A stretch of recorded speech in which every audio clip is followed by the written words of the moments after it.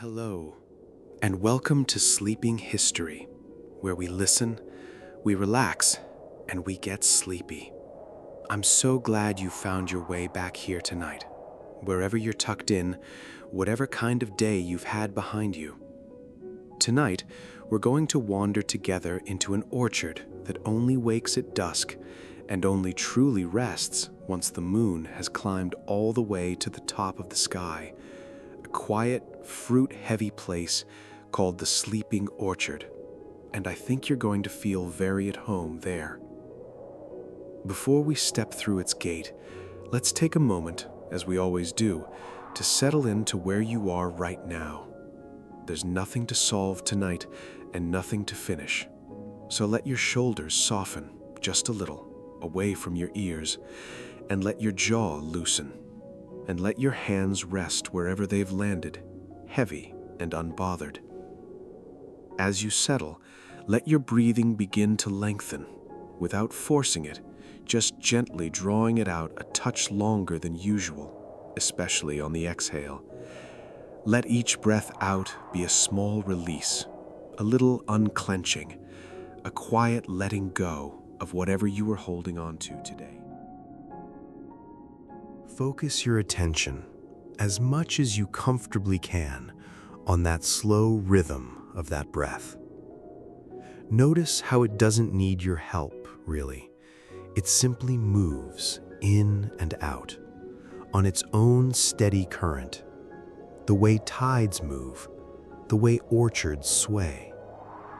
Let that rhythm become the only thing that matters for these next few minutes. I often think, right before a story like this, about what it actually means to rest. Not just to close your eyes, but to truly hand the weight of the day over to something softer. Some nights that comes easily.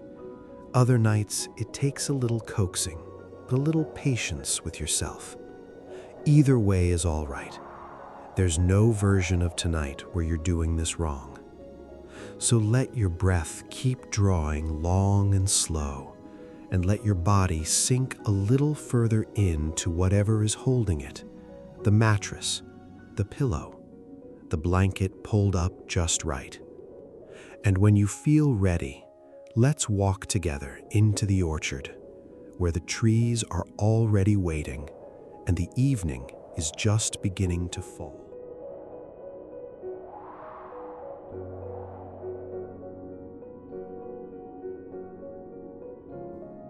There is an orchard that exists at the edge of a valley, so quiet, most maps forget to draw it in. It sits behind a low stone wall, half swallowed by moss, and the gate that leads into it is never locked, because nothing in the orchard has ever felt the need to keep anyone out. Locals call it the Sleeping Orchard, not because the trees themselves sleep exactly, but because everyone who wanders in beneath its branches finds themselves growing drowsy before they've gone more than a few rows deep. The orchard belonged once to a woman named Odile, though by the time this story takes place, no one quite remembered whether she had planted the first tree or simply arrived to find it already growing. She lived in a small stone cottage at the heart of the orchard, with a chimney that always seemed to have the faintest curl of smoke rising from it, even on the warmest evenings. And she kept no clocks in her home, because she said clocks made a person forget how to listen to the hour instead of just reading it. Every evening, as the light began to turn gold and then rose and then a deep, unhurried blue, Odile would walk the orchard rows with a woven basket balanced against her hip, humming something low and wordless, the kind of tune that seemed to belong more to the trees than to her. She wasn't gathering fruit, really. Most of what grew there was already soft and heavy and ready to fall on its own. She was simply visiting each tree the way you might visit an old friend at the end of a long day, just to see how they were settling in for the night.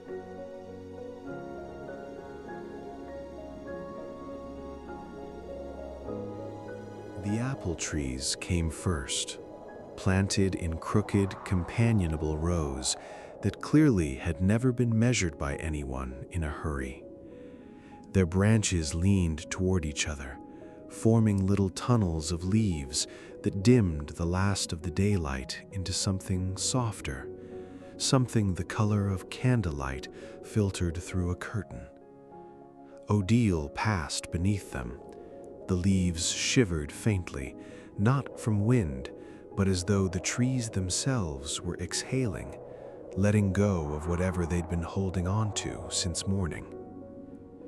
Further in, the orchard opened up into a wide grove of pear trees, older and taller, their bark silvered with age, and their limbs heavy enough to bow gently toward the grass.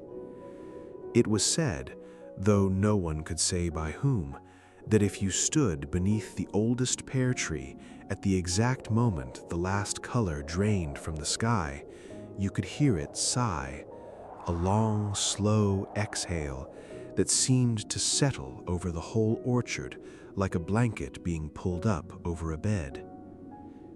Beyond the pears, the orchard grew wilder and stranger, though never unwelcoming. Here grew trees that bore fruit no one had quite managed to name, soft golden globes that smelled faintly of vanilla and rain, deep violet clusters that tasted, according to the few who'd tried them, like the last hour before sunrise. Odile never worried about naming them properly.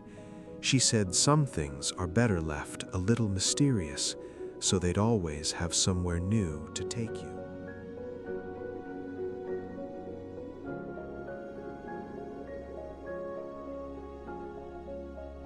Beyond even those nameless trees, where the orchard rows finally gave way to soft, uncultivated meadow, there grew a single stand of willows, their long branches trailing almost to the ground, forming a kind of loose curtain around a small pond that never quite seemed to reflect the sky the same way twice.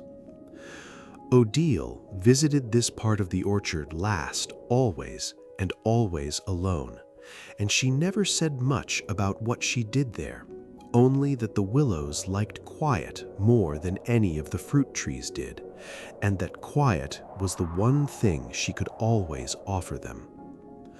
On the night our story settles into, a traveler arrived at the low stone wall just as the light was beginning its long fade into evening. His name was Emmerich, and he had been walking for the better part of 3 days, following a road that had grown steadily quieter and steadily kinder, until it deposited him, almost without his noticing, at the edge of an orchard he hadn't known was there. He was tired in the particular way that comes from carrying too much for too long. Not just his pack, though that was heavy enough, but the accumulated weight of a year that asked a great deal of him and given very little back in return. He'd left his home to clear his head, though so far his head had simply grown quieter without growing clearer, the way a room grows dim before it grows dark.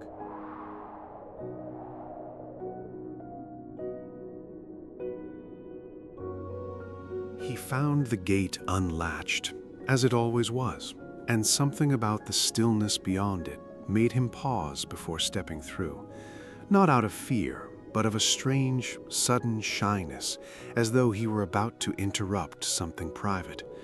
But the orchard, if it noticed him at all, gave no sign of minding. The branches nearest the gate simply swayed a little, as if in greeting, and the path beneath his feet felt soft and forgiving, cushioned by years of fallen leaves that had never quite become soil. He walked slowly beneath the apple trees first, letting his hand trail along the low branches, feeling the day's tension begin almost without his noticing to loosen in his shoulders. The air here smelled of ripe fruit and cool earth, and something else he couldn't quite name. Something like the smell of a house you'd once lived in, returning to you unbidden. He thought briefly of the year behind him, the long hours, the deadlines that had bled into one another until they no longer felt like separate things, and the quiet ache of having given so much of himself away without noticing where it had all gone. And then, just as quickly, the thought loosened its grip the way a knot loosens when you finally stop pulling at it. It was Odell who found him, some minutes later, standing very still beneath the oldest pear tree, his eyes half closed, listening for something he couldn't have named if you'd asked him. She didn't startle him. She simply appeared beside him the way the evening itself seemed to arrive, gradually, until you realized it had been arriving the whole time. You've come at a good hour. This is when the trees start letting go of the day.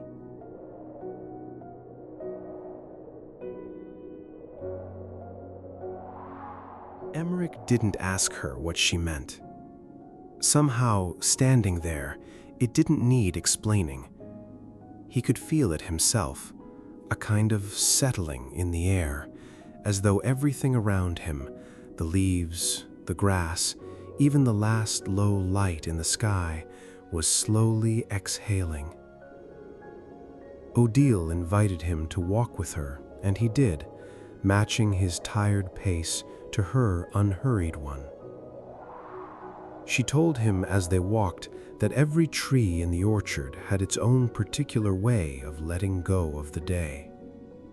The apples releasing their tension all at once in a soft shiver of leaves, the pears sighing it out slowly over the course of an hour.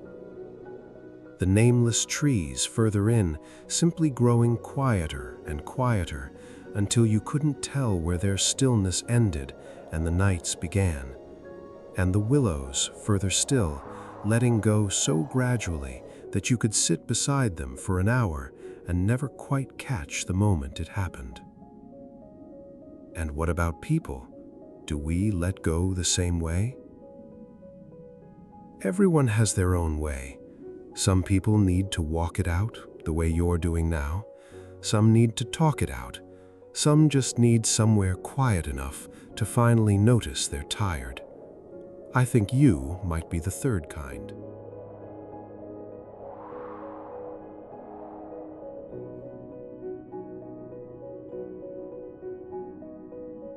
They walked in comfortable silence after that, deeper into the orchard, past the pear grove and into the stranger trees beyond, where the golden fruit caught what little light remained and seemed almost to glow from within. Emmerich found that his thoughts, which had been circling the same handful of worries for days, had begun to slow their circling, spacing themselves further and further apart, until eventually there was more quiet between them than there were the worries themselves. This one's always been shy. Takes it a while to trust anyone new, but give it a minute.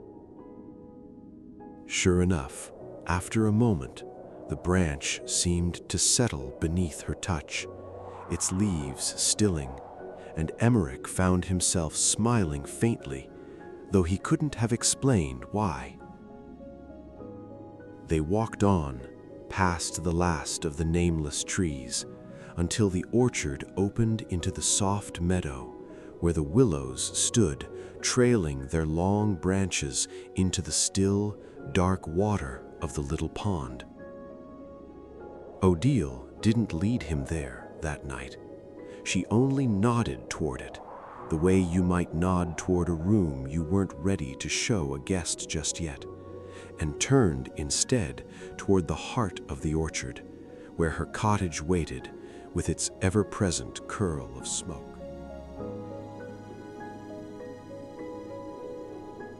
She led him eventually to a small clearing near the orchard's heart, where the grass grew soft and thick, and a single ancient tree spread its branches wide enough to form a kind of roof, dappled with the last traces of blue evening light. This is where I sit when the day's finally ready to be put down. She settled onto one end of the bench, and after a moment's hesitation, Emmerich lowered himself onto the other.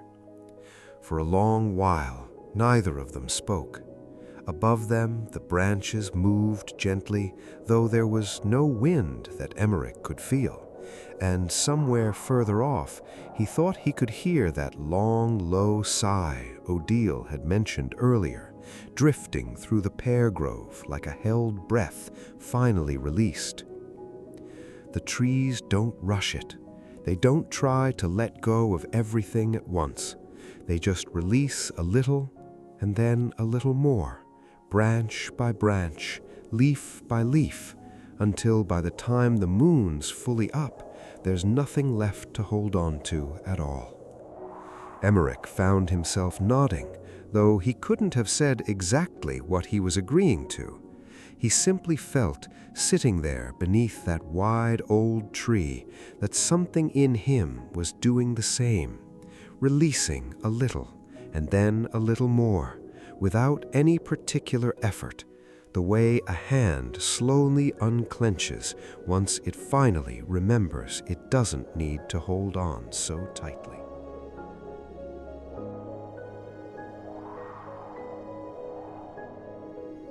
Can I ask you something? Of course. Do you ever get tired of this? Watching the orchard settle in every night, alone? I'm never really alone out here. That's the thing about an orchard like this one. It keeps you company, if you let it. Every tree's got its own way of saying goodnight. You just have to learn to listen for it. Besides, some nights I have company anyway. Travelers who find the gate unlatched, same as you.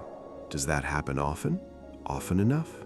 Something in her tone suggested she wasn't going to say more, and Emmerich found he didn't mind.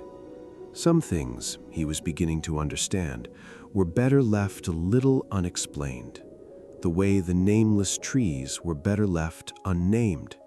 The sky above the orchard deepened from blue to a soft, bruised violet, and then, gradually, to the deep hush of true night. Stars began to surface one by one, faint at first, then clearer, scattered across the gaps between the branches like something the orchard had been saving up all day to show him. Odile didn't say anything more. She simply sat beside him, humming that same low, wordless tune from earlier, letting the orchard do the rest of the talking.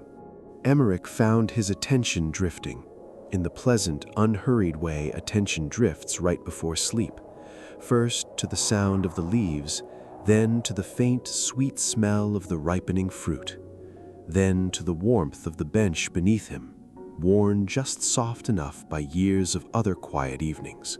He thought distantly that he should ask Odile where he might sleep for the night, whether there was a room somewhere in that little stone cottage, or whether he ought to find a patch of grass and simply lie down beneath the stars. But the thought arrived slowly, and left just as slowly, without any real urgency behind it, the way thoughts do when the body has already begun deciding for itself.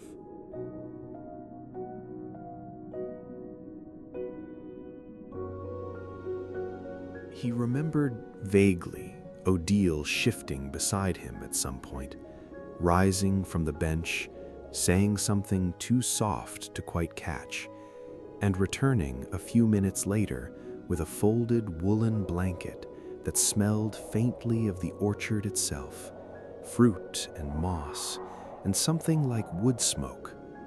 He remembered the blanket settling over his shoulders, warm and unhurried, and Odile's voice, barely above a whisper now, telling him that the bench had held plenty of sleepers before him, and that the orchard didn't mind one more. Emmerich wasn't sure when exactly his eyes grew too heavy to keep open. He remembered the feeling of the bench beneath him, solid and unhurried, and the faint, sweet smell of ripening fruit drifting on air that had finally gone still and cool, and the sound of Odil's tune blending somewhere in his mind with the rustle of the leaves above, until he couldn't quite tell which was which anymore. Somewhere in that last drifting stretch before sleep took him fully, he thought he heard very faintly that long, low sigh from the pear grove, and then, further still, something softer from the direction of the willows. Not quite a sigh, not quite a sound at all, more like the feeling of a held breath, finally, gently released.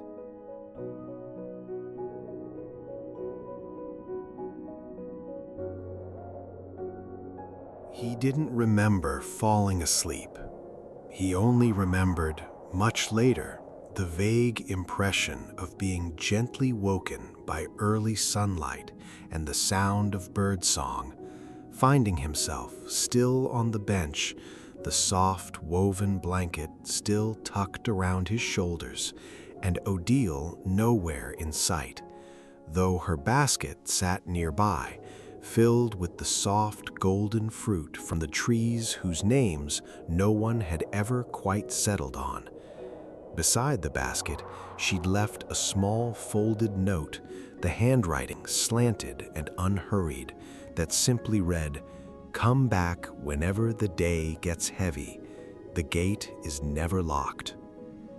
Emmerich stayed a while longer that morning, walking the rows one more time in the soft gray light before the sun had fully cleared the hills, past the apple trees, now still and ordinary in the daylight, past the pear grove, its old branches simply branches again in the daylight, past the nameless trees, their golden fruit catching the early light instead of the evening's last glow. He found himself, without quite meaning to, walking as far as the meadow where the willows stood, and stood for a while at the edge of the still pond, watching the morning light settle slowly across its surface, understanding in some quiet, unspoken way exactly why Odile visited this place alone. He never did find his way back to that particular stretch of road, not exactly, though he looked for it more than once over the years that followed. Sometimes, walking some unfamiliar path on some ordinary evening, he thought he caught a hint of that same fruit and moss smell on the air, and would slow his steps, half hoping, though the gate never quite reappeared the way he remembered it. But the orchard, he came to understand, had never really needed to be found again. It had already given him what it meant to give.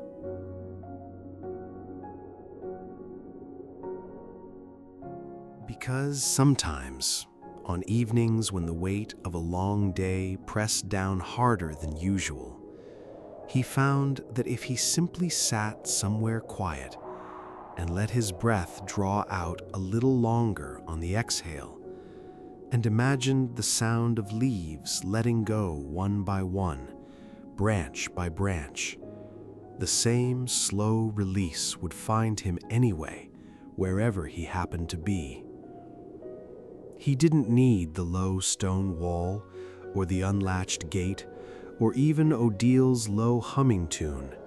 He only needed to remember the feeling of that bench beneath the wide old tree, and the permission it had given him, the permission every tree in that orchard seemed to offer without ever needing to say it aloud, to let go of the day a little at a time, without rushing, without forcing, until there was nothing left to hold on to at all.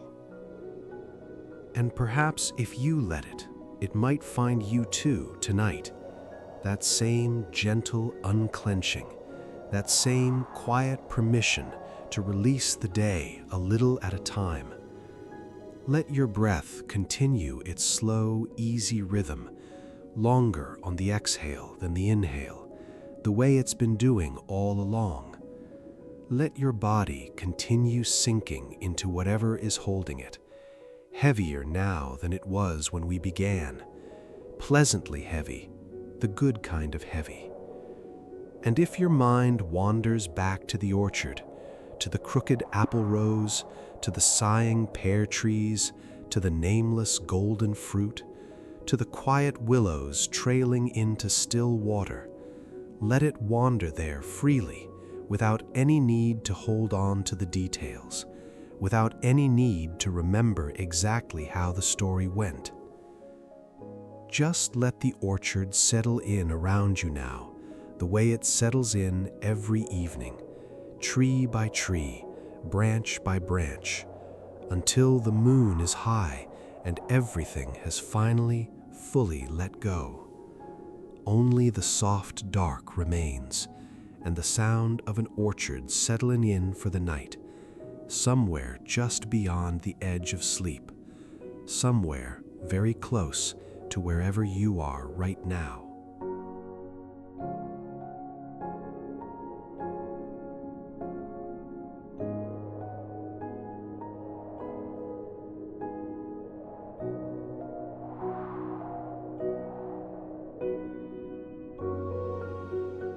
Sleep well.